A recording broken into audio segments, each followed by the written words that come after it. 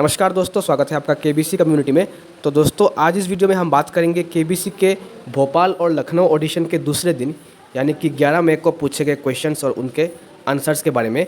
यानी कि 11 मई का जो रिटन टेस्ट हुआ है उसमें जो क्वेश्चंस पूछे गए हैं उसके बारे में आपको बताएंगे और साथ ही साथ उन क्वेश्चंस के जो आंसर्स है वो भी हम आपको डिस्कस करेंगे। तो चलिए देखते हैं कि कल जो ऑडिशंस हुए थे उनमें कौन कौन से क्वेश्चंस पूछे गए।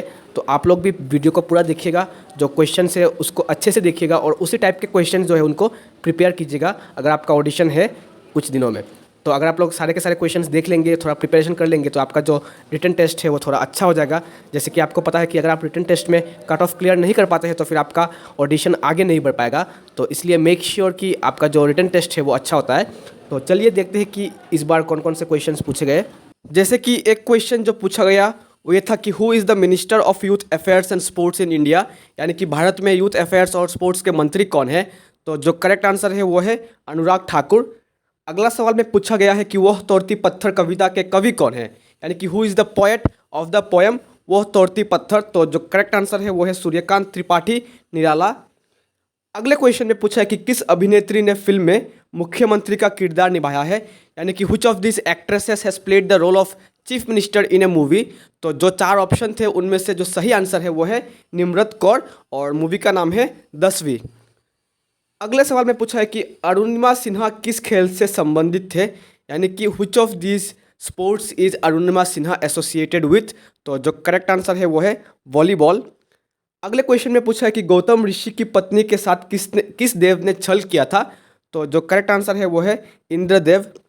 नेक्स्ट सवाल है कि लिवर कौन सा रस पैदा करता है, यानी कि which of this juices is secreted by liver. तो लिवर से जो जूस निकलता है उसको हम बोलते हैं बाइल जूस, यानी कि पित्त रस। अगले क्वेश्चन में पूछा है कि कौन से राज्य और उसके नृत्य शैली की जोड़ी सही है, यानी कि चार ऑप्शन थे और ऑप्शंस में चार जोड़ी थे राज्य और नृत्य शैली की। तो उनमें से जो करेक्ट जोड़ी है वो है पश्चिम बंगाल और पुरुलिया छाव नृत्य। अगले सवाल जो कि एक पिक्चर बेस्ड क्वेश्चन है, इसमें एक शहर का फोटो है और पूछा है कि इस शहर को किस नाम से जाना जाता है। तो ये जो शहर है ये है हैदराबाद और इसका जो करेक्ट आंसर है वो है निज़ामों का शहर। चलिए अगले क्वेश्चन में पूछा कि विंध्याचल पर्वत से कौन सी नदी नहीं बहती है, यानी कि चार नदियों का नाम दिया हुआ था और जो नदी नहीं बहती है उसका नाम बताना है। तो करेक्ट आंसर है गंडक नदी।